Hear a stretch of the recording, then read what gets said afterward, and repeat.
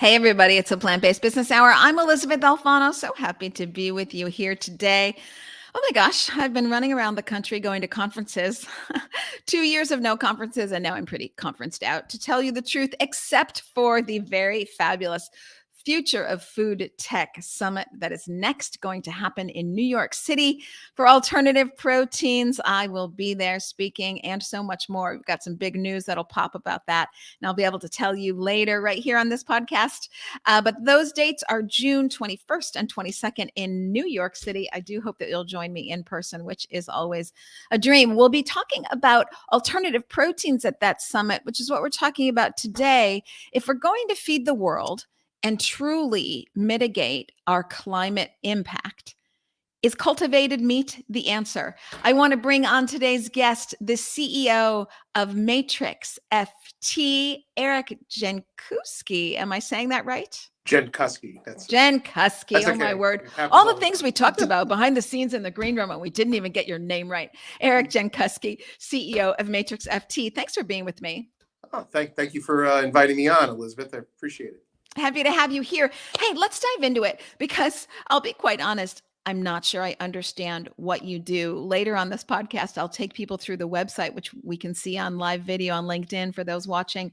But first, let's just walk through it. I have Matrix Ft as working on scaffolding for cell lines. And let me see if I can read this.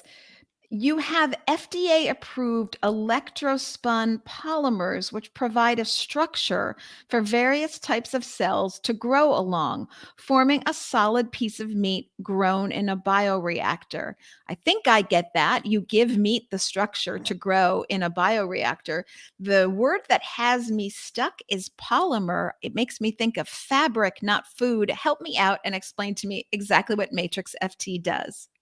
So polymer is commonly associated with plastics, but in this particular case, polymer is actually related to plant-based. We manufacture all of our products from plant-based materials, such as zein, which is corn protein, soy protein, pea protein, and algae or alginates. So we are the only scaffold / microcarrier manufacturer that manufactures plant-based scaffolds and microcarriers for the cultivated meat space. Now, I did think, not to be argumentative, that there were other scaffolding companies. Are you saying you're the most advanced, or you're really saying you're the only one that has sort of commercial viability? There are other scaffold companies, absolutely. However, we are the only one that's exclusively plant-based. This I did not know. And so again, if I've got this right, we're not talking about the growth medium, and we can have that conversation in a second, but it comes from fetal bovine serum, or there are plant-based options today, I believe. You're just talking about once the cells have the food that they like to eat, they have to grow into a structured piece of meat for this to work. And therefore, they need, just like a building would, they need the 2x4s, the foundation, and all of the structure to be set. But that structure, you're saying, is plant-based only for you. I didn't realize there was any other option. Yeah, there's definitely So our products are 100% animal component free, or ACF, and that's something that we take a lot of pride in. We've developed these products from the very beginning to be that way, to be true to the industry and to be true to our mission for animal rights, as well as being able to help provide a positive impact on the environment, which is a direct result of being Animal free. of honoring our animal rights, and the way the slaughtering of animals causes all kinds of societal issues, if you will. So we, from the very beginning, other companies make statements that they're moving this direction, or they're still using collagen, or they're still using other animal components. We from day one have zero animal components in our products. So I would think this would be very appealing to other companies. So when you're talking about scaffolding and providing the structure for cells to grow, you're talking about a B2B business. So you're not a consumer focused business, you're a B2B business. And I would think that would be very appealing to both the cell providers and the end meat producers.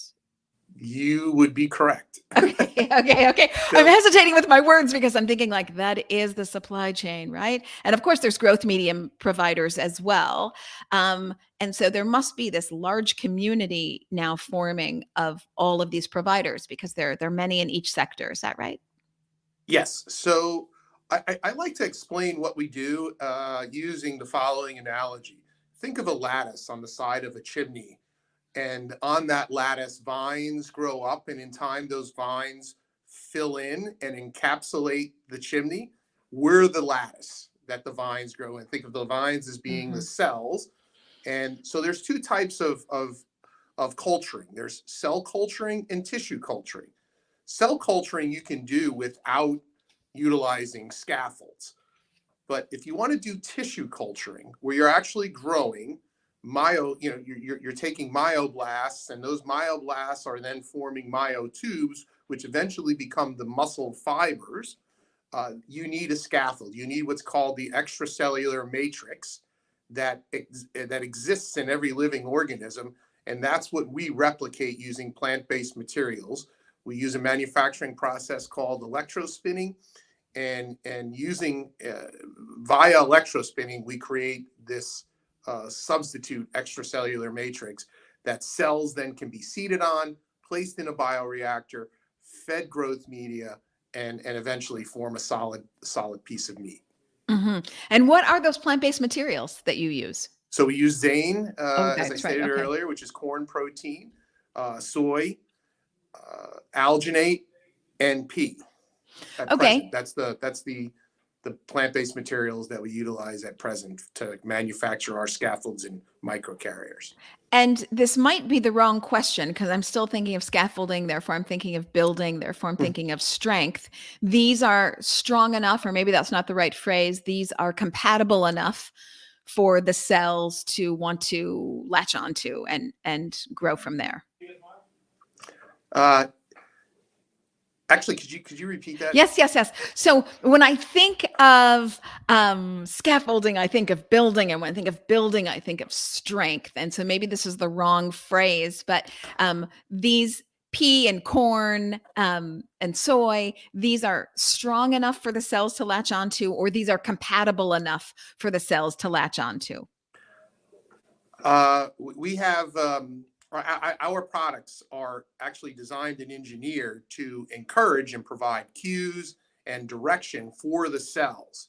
So they are we have a cross-disciplinary team that includes cellular biologists, mechanical engineers, material scientists, and chemists and food science.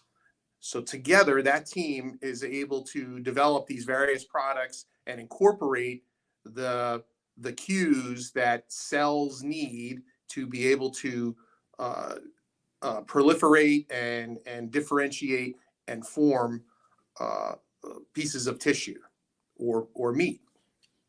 I think that's so cool. I think that's so cool that there's this communication system. In other words, that's probably not the right phrase either, but there's this signaling that this is okay place to grow. Again, I'm sure I'm not using the right phrases, but I just think that this is so cool.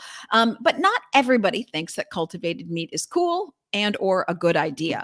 So I'm wondering what, obviously you're keen on the future of cultivated meat. And I should say I didn't know about the animal rights bend to the company. So I really do appreciate that. Thank you. Not lost on me. But for a lot of people, even animal rights folks, they're not keen about cultivated meat. What do you think of for the future of cultivated meat? When do you see it scaling? In other words, when do you see it in the hands of the consumer? I see the FDA and USDA approving cultivated meat for sale to the consumer later this year. Later this year? Yeah. yes, that doesn't necessarily mean it'll be it'll be in your Albertsons or Kroger by then, but it will be approved, for sale. Right now, the only jurisdiction in the world that allows the sale of cultivated meat is Singapore. You can purchase chicken nuggets. You can have them delivered to your home via Uber Eats. But soon that will happen here in the U.S. I believe that we will be able to uh, see these products manufactured by some of our customers uh, sometime in 2023. Because once it's approved, then the companies need to submit that product for FDA approval to be actually sold to the consumer. One of the things that we work on is being in constant contact with the FDA, the USDA, and because we're based here in Dublin, Ohio, which is a suburb of Columbus, we work also with the Ohio Department of Agriculture. And I have to tell you, here in Ohio, the state government is really excited about our industry. We have three companies in the space in what I call the alternative protein space. We have us, we have Good Catch, which is gathered foods, Good Catch, and then we have Morningstar, which has been in the plant-based foods business for years.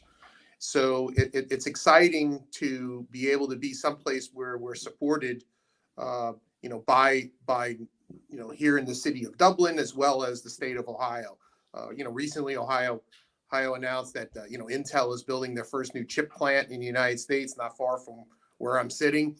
So good things are happening here in the heartland, and I guess my message is you don't have to be on the coasts to be able to be a trailblazer and a leader in solving the really important problems that we need to solve for humanity. Go Midwest. And of course, Midwest often thought of as the food basket to the world, well, at least the United States, if not the world. So it's lovely to see that trajectory continue. I'm originally from Illinois, so also a very big agricultural state, doing wonderful things in food. But Ohio is often overlooked, particularly if you're on the coast, for being strong in food innovation. So I completely agree with you, and very exciting that you're out of Ohio. But you give me a great segue. So much of the success of cultivated meat, I see, is dependent on open access research and government spending to support this research. Would you agree? And you mentioned Ohio perhaps supporting you in some way. Perhaps you could elaborate. Yes, I think that there are certain investments that the government, whether it's federal government, state government, et cetera, needs to be making and solving some of these important problems. I mean, we know just from history that many of the advances, everything from the internet to Tang, right, has come from the government investing in solving really large moonshot type situations and problems, and this is no exception.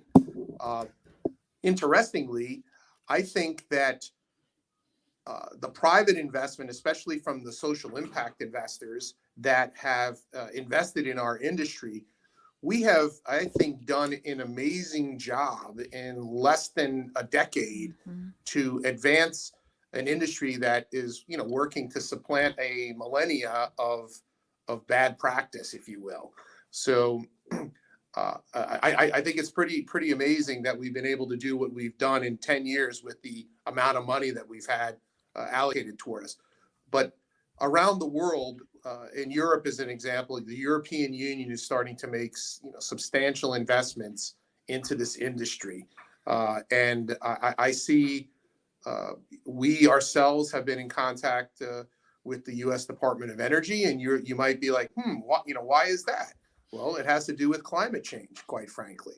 The Department of Energy is looking to help support those industries that positively affect climate change. We happen to be one of those industries because if we can help reduce greenhouse gases, because we make it more economical to grow meat versus the traditional raising meat, then that's that's a win-win for everybody. Triple bottom line, right? So much to unpack there. Just to give people some background information, what you're talking about, Eric. So you talk about the European Union. I'll say that the Netherlands, just recently approved 60 million euros, if I've got that right, for cultivated meat research investment. China has noted in its 5-year agricultural plan that it intends to back cultivated meat as one, and plant-based innovation as one of the options for addressing food insecurity and therefore addressing political legitimacy with food and feeding its 1.4 billion people. It's you mentioned the government investing in the internet and Tang. And it resonates with me that governments often from a military perspective or a national security perspective tend to invest more. And I think of food security as a national security issue and anticipate more and more governments around the world will be investing in food security because again, there's no political legitimacy without food security and all politicians know that. So the US has done some investing here. I think we'd all like to see a little bit more. Recently, if I understand this correctly, the USDA put 147 million towards agricultural advancements, 10 million of that, so tiny, 10 million of that put towards the first cultivated meat cellular technology center out of Tufts University. So just giving people a little bit of background there. One more thing I'll say before I go to the next question. This is, we could go down the rabbit hole here for a long time, but as you say that our industry is a major lever for impacting climate change, I would go one step further and say you will not sufficiently impact climate change if you do not address animal agriculture. So cultivated meat, a big way to do that. That's because of 3 reasons. With cultivated meat, you are not involved in deforestation because you're not cutting down trees to grow grains to feed animals. There's 80 billion animals on the planet, only 7.7 billion people, but 80 billion are slaughtered every year. So that's a lot of trees you have to cut down to make a lot of grains to feed animals, not people. So we're hurting our planet to feed animals, not people. So it's the deforestation, but it's also the incredible energy cost towards shipping heavy meat around the world. And then, of course, it's the animal gases themselves. So it's exciting that Ohio gets it and that it's supportive of you. And we'll see what happens on a national level. Okay, so if we want to address climate change and food security, we're looking at making meat in a controlled situation such that every zip code across the United States could have its own plant making meat for that zip code.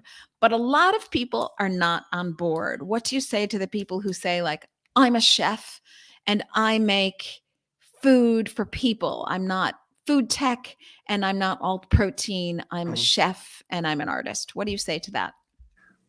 Well, I think even in the culinary world, we've seen this movement of sourcing locally, farm to table, within certain geographic areas. One of the stories that I tell is in the mid to late '80s here in Ohio, there was only 30 microbreweries. Now, if you go on the Ohio Craft Brewers Association website, you'll see there's close to 400 in the state of Ohio alone.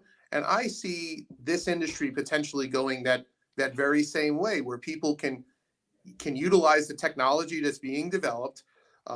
Some of it is very similar. The fermentation tanks are very similar to the tanks that are utilized in the beer brewing industry, as an example. And I can see people working to develop their own local delicacies based on local taste, etc. And the decentralization of I think the food industry as a whole is something that that we need to continue to look at. Obviously, the fragility of our food system was highlighted during the global pandemic. During the pandemic, with only 6 pork processing plants in the United States, and I think at 1.4 of them were down. That's an issue. Interestingly, you touched on something that's actually very important to me. I spent 30 years in national security and in defense, and understand from my time overseas, especially in places like East Africa, where it's not hospitable for growing growing, raising cattle, etc. Right. I think that this industry can provide food security, which is a stability issue, and it will provide stability to countries that currently are reliant upon other countries to provide them their protein needs to feed their people. Now we'll be able to build a factory or even a container factory that can produce these products anywhere and everywhere on the planet. I mean, the fact that NASA is looking at this as the way to feed the astronauts for the Mars mission tells you that this is a technology that has the ability to do some great things. And I also think that if you look at supermarkets as an example, it could be maybe 10 years down the line or 15 years, but you may walk into, like I said earlier, walk into an Albertsons, walk into a Kroger, or Whole Foods. First floor is a supermarket, very similar to what you see today. Upstairs, they're using vertical farming and hydroponics that grow fruits and vegetables. Downstairs, they're growing the meat. And it's all centralized. The jobs are created right there. We've eliminated the transportation logistics chain of having to move all. You hear constantly on the news how we're not going to have enough truck drivers. And there's, the movement to have autonomous vehicles. What if we don't need the vehicles at all because we're doing most of this right there? And this is not illogical because we used to have bakeries all over the country, right? And most of the supermarkets moved their bakery operations in-house. And they bake cakes and breads and rolls right in-house. So why wouldn't they grow their own vegetables and grow their own meat? Eric Jenkusky, CEO of Matrix FT, is singing my song. Yes, this is so logical. It's so efficient. It solves for a major problem at scale, which is the purpose of business.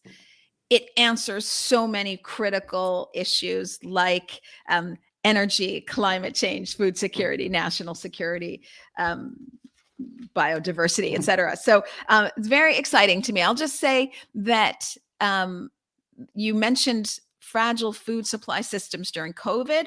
Nothing exemplifies that more than the Ukraine situation right now as well. Again, taking us back to national security and how difficult it is to have a meaningful trade negotiation if your trading partner controls all your food or is at war or any kind of break in this situation. And you see what a tumultuous place the world is now. It's amazing anybody gets along, quite frankly. You see how these communication systems break down and then you're at risk of no food. So no food or less food, so okay, for the West, maybe it's not that big of an issue, but when you start looking at India and Africa, and China, these become really critical conversations. So I think there's a lot of progress that's going to happen very quickly because when governments realize national security is at stake, things tend to move along. So, but I mentioned Ukraine, but I also want to say one more thing. You were talking about bringing in, let's say, the artisanal baker into the grocery store.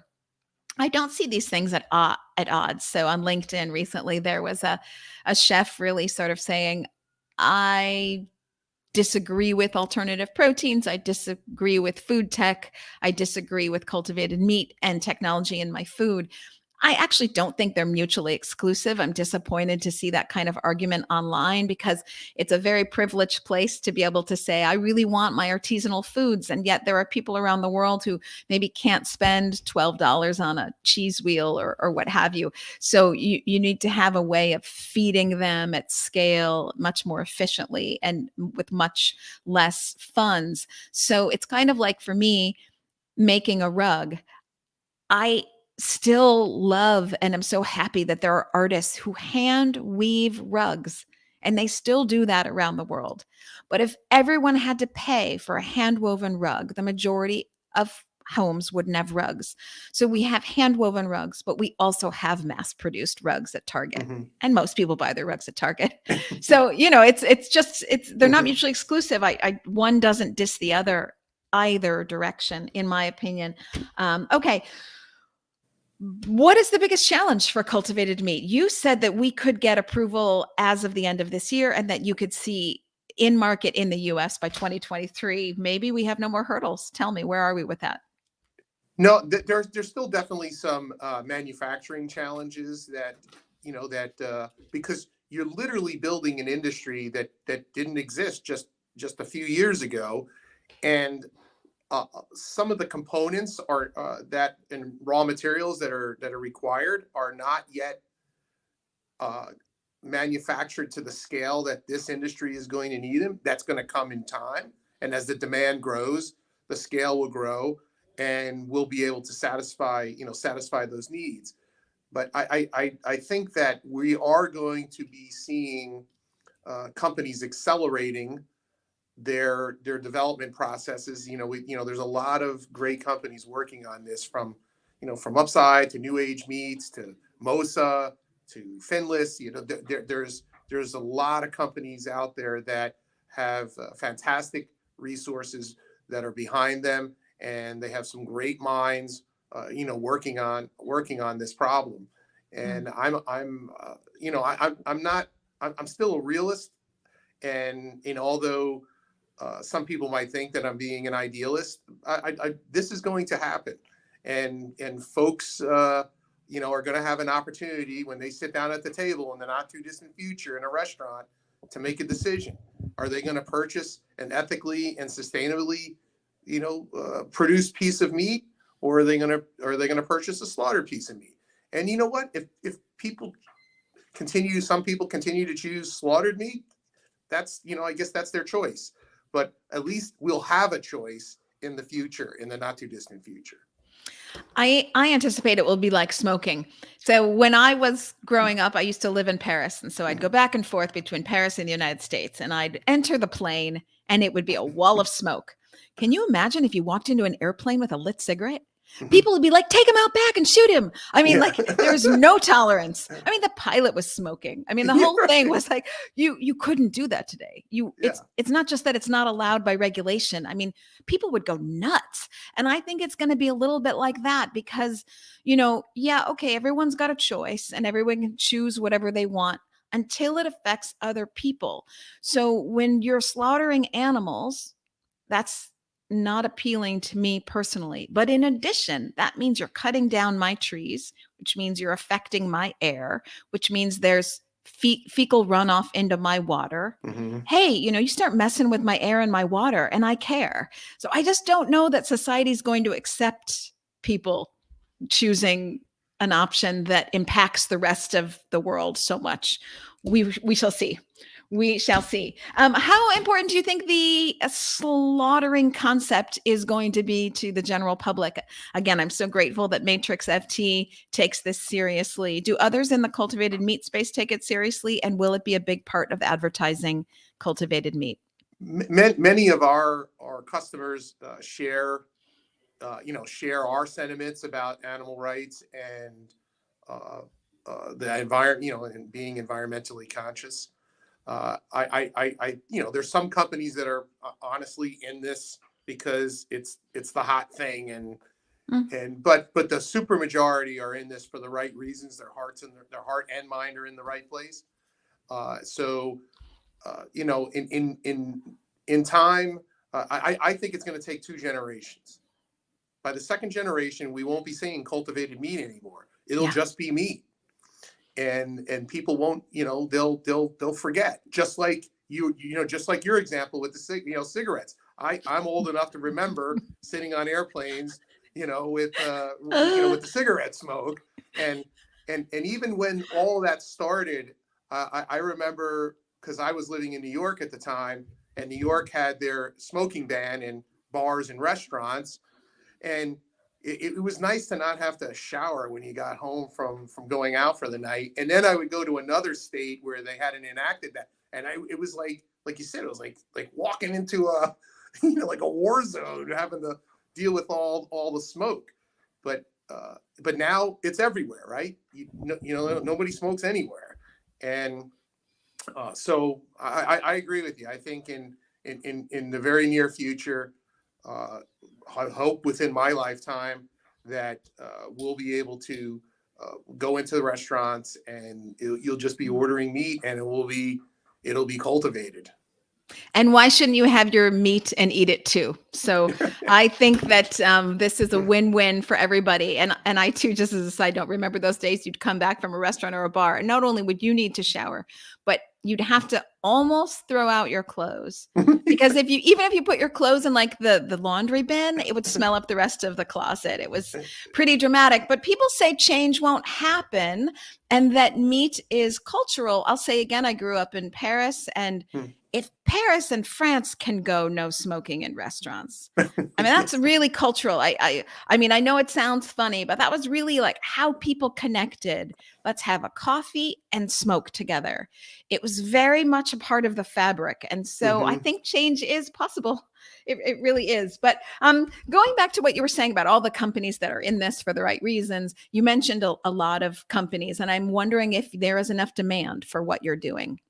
Oh, yes, absolutely. I mean, just I was telling somebody earlier today that when we launched or decided to launch this company in August of 2019, on GFI's website, I think there was maybe 28 companies in the space, and now there's over 90, and I see that just continuing to grow. I mean, look at the number of traditional food companies.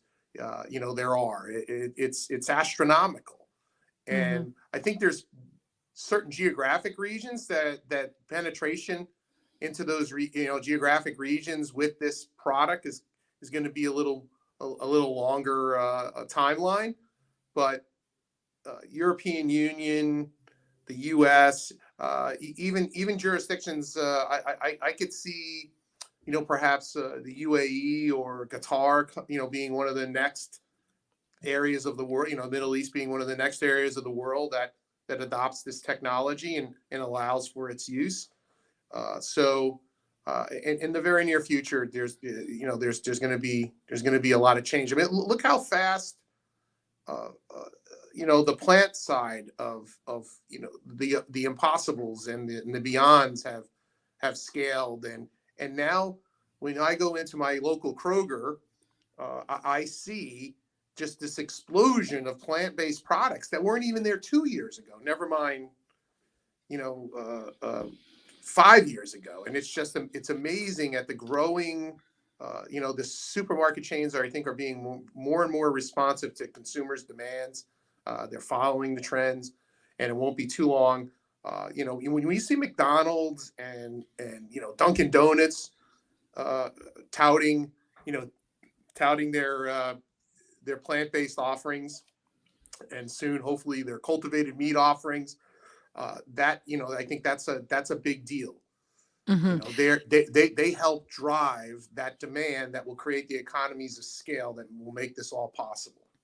Yeah, I anticipate that this will be adopted very quickly by the end consumer, that they're going to want all the benefits and not have to give up any meat. And they're just going to take to it really quickly, almost as fast as they adopted the iPhone. I think they're going to take to having some combination in the beginning. So I've read studies that say 40% of their food basket will be cultivated, 40% will be traditional meat, and 20% will be plant-based. But it's going to come really quickly. And you see that when this would have been last year, I believe, that KFC in Russia said that they were going to have cultivated meat as soon as possible in their KFC, which was an interesting outlier to be kind of first. But also you see sort of giants in the industry, Givaudan, which is a Swiss company that works on texture and flavors, et cetera. They have invested heavily in cultivated meat with Buehler and Magros, which is a Swiss retail chain. And JBS has invested $100 million into cultivated meat. So these are unlikely bedfellows here who are advancing. And so I think once you have regulation approved, it will happen very swiftly. Okay. Givaudan, by the way, is here in Ohio, just so you know. Oh, they are as well. Yeah, Cincinnati. Yeah. Oh, Ohio. You're just impressing us every day. And then, we talk about the Middle East. I think with their food insecurities are real. And we talk again about national security. So if they feel that they have enemies, I'm not saying that they do, but if they feel that they have enemies, or if Israel feels that it has enemies, I'm not saying that it does. I'm just saying if they feel that way, it's a race. Forget the race to space. If you live in that region of the world, it's the race for food and water. So very interesting. Okay, but really the reason I had you on this show, we've been talking about a lot of things now, but really the real question that I want to ask you before we wrap up with some personal questions is, I'm going to read this about Matrix FT. Matrix FT was spun out from Dublin-based Nanofiber Solutions, which creates novel healthcare products under a family of companies that includes IcoStrips, pure CBD edibles, and Renoviderm, scaffolding for skin tissue regeneration. I think that's very fascinating. So if I'm understanding this correctly, your history as a company comes from the pharmaceutical world. And I'd like to understand if cultivated meat will follow the same trajectory as the pharmaceutical world. Obviously, the price points are very different. And I just wonder if how much the pharmaceutical landscape will inform the cultivated meat landscape. So Matrix FT was actually born of a joint venture between the Ecove Startup Nursery, which is here in Columbus, venture capital firm, and Nanofiber Solutions. And we have 6 sibling companies that are really our only tie is that we share this intellectual 50 patents and this intellectual property portfolio, and that those technologies are heavily based in the regenerative medicine and tissue engineering. What companies, if you're growing meat, you're doing tissue engineering. That's what you're doing. And so our technology from the tissue engineering was adopted from that and repurposed, for cultivated meat, and that's how we came to be. So yes, I think that we are going to follow a similar trajectory as the regenerative medicine and tissue engineering world. So what's fascinating about that to me is that technology already exists. Skin scaffolding for burn victims, for example, already exists. So when people say, well, this is a pipe dream cultivated meat, or, this is really sci-fi on your plate, I say, like, well, unless I'm misunderstanding something, this technology exists, but it exists at a completely different price point. So yes, we have to make tweaks, because the entire supply chain isn't there for food, and the foundational structure of, all the bioreactors and all of the plants to make them. Obviously, these capital investments need to be made, but the roadmap is there. It's been done before. Am I looking at this correctly? You're 100% looking at it correctly. And what's great for us is that our sibling companies have already worked out all of the challenges in terms of scaling the manufacturing. So we're able to scale very quickly to meet the demand of this industry. And one side note: the University of Pennsylvania Medical Center did a study for the U.S. Department of Defense on what's called volumetric muscle loss. So if a soldier is injured due to being shot or an IED, and they lose a part of their muscle, how do you repair that? How do you give that soldier their life back?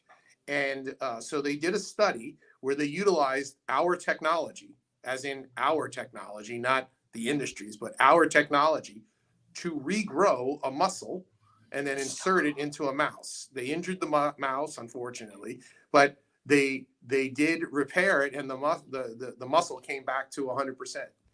So that is even beyond just doing tissue. It clearly demonstrates that we can grow muscle. Muscle is by definition, whole cuts of meat or structured meat is muscle. When you buy a chicken breast, it's muscle. When you buy a steak, it's muscle. That's what you're buying. And this study completely validated our approach in that you can grow muscle utilizing our, together with the other inputs that the meat companies need to bring to the table, such as the cell culture, the growth media, the bioreactor, and then our scaffold. You can grow a structured piece of meat. Okay, so all the inputs are there. we've talked about the possibility of this, but you can't do it at pharmaceutical prices. So how do we get to price parity? Assuming, let's even assume, big assumption, that, and I think this will happen. I can't remember already if I was talking to you about this earlier in this conversation, or if I was talking to somebody right before our conversation, but the meat companies, I think it was right before our conversation, meat companies have subsidies, gives them this incredibly unfair advantage, but they're not going to lose those meat subsidies. So as they move into plant-based options or cultivated meat, they're taking their subsidies with them. So ultimately, I do believe that these subsidies will transfer over. But even with subsidies, we're a long way from getting to a price point that the average person in Ohio can afford. How long do you think that will be? Within a decade, or sooner. It all depends on how fast people adopt this technology and decide that they want it. Because the faster we can create the inputs, that's what's going to drive, create the economies of scale that drives the price down. It's going to be, it's the traditional economic situation, supply and demand. If the demand is there, people will find better, faster, cheaper ways to make it happen. We know we can do this. We know we can grow. We just need to be able to do it less expensively. And I think, from 2014 with Mark Post and Mosa and showing off that first hamburger to today, the price has dropped, astronomically. It's actually amazing. The price has dropped the amount it's dropped with really just a couple of $1 billion in investment. I mean, imagine if we put 50 billion into this, like we made it like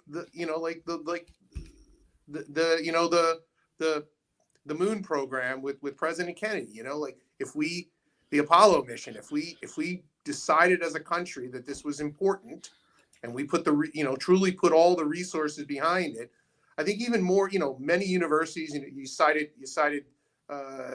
David Kaplan's lab at Tufts.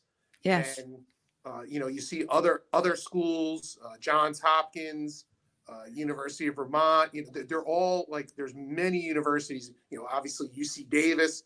There's a lot of universities that are now deciding that this is important, and they're going to start. There's professors at those universities that are going to start directing their research and efforts and the research dollars that they're bringing in toward this mission. And I do think that's a key part of it, is that investment, public and private investment, public, the government funds being a big part of funding those universities. And I do think universities have gotten the message. I think of two key people who have been quite vocal about this. Are you familiar with the company Nvidia?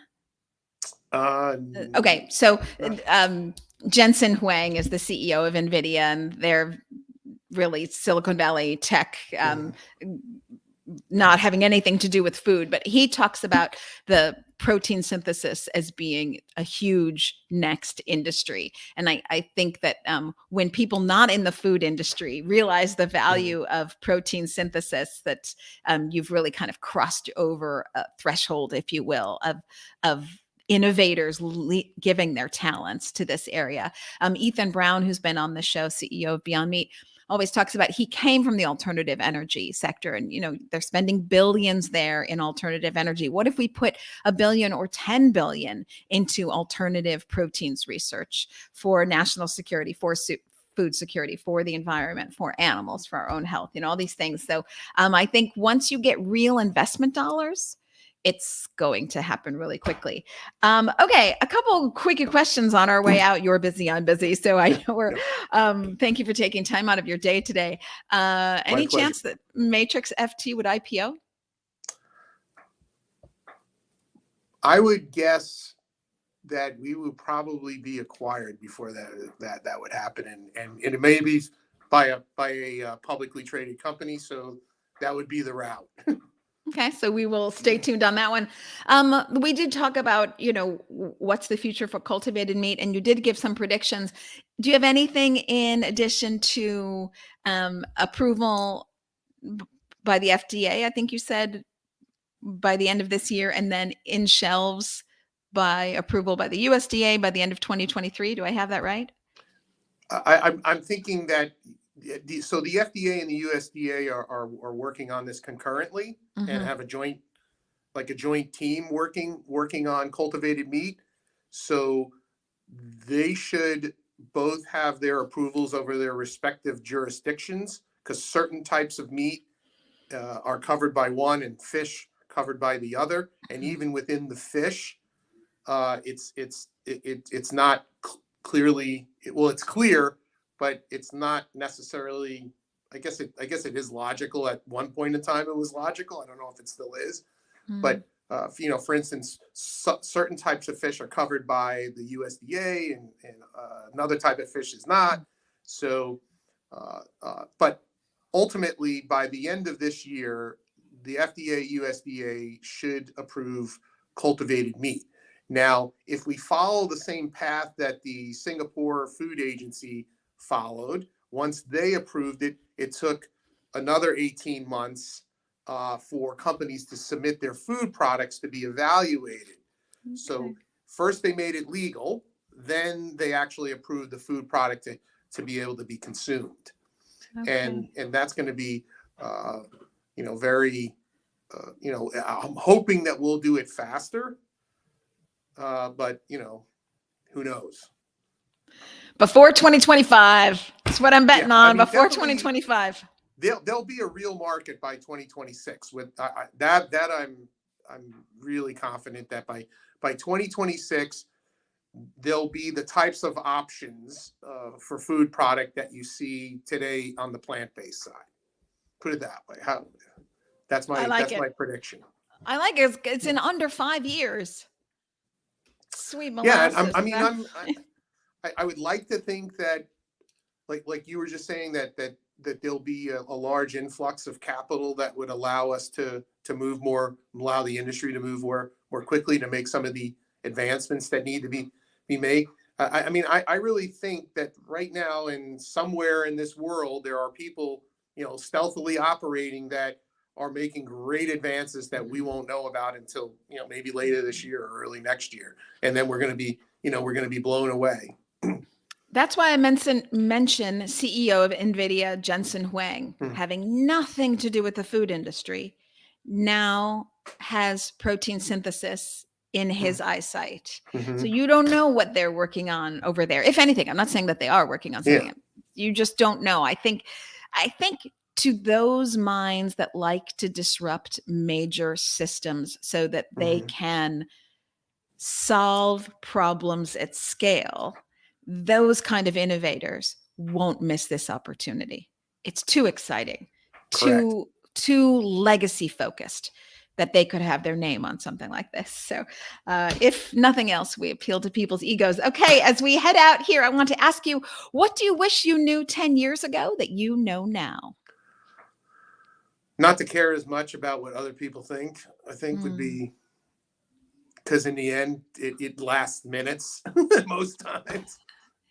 Isn't that true? Yeah, free yourself up from chains with that one. I always say the power of my own voice, which is why I do the Plant-Based Business Hour as a completely volunteer endeavor, dedicated every week so that we can share knowledge using our voices. So thank you for doing that today. 2 quickie questions on the way out. If you're having a bad day, things aren't going your way, is there a phrase that you say to get yourself back in the groove?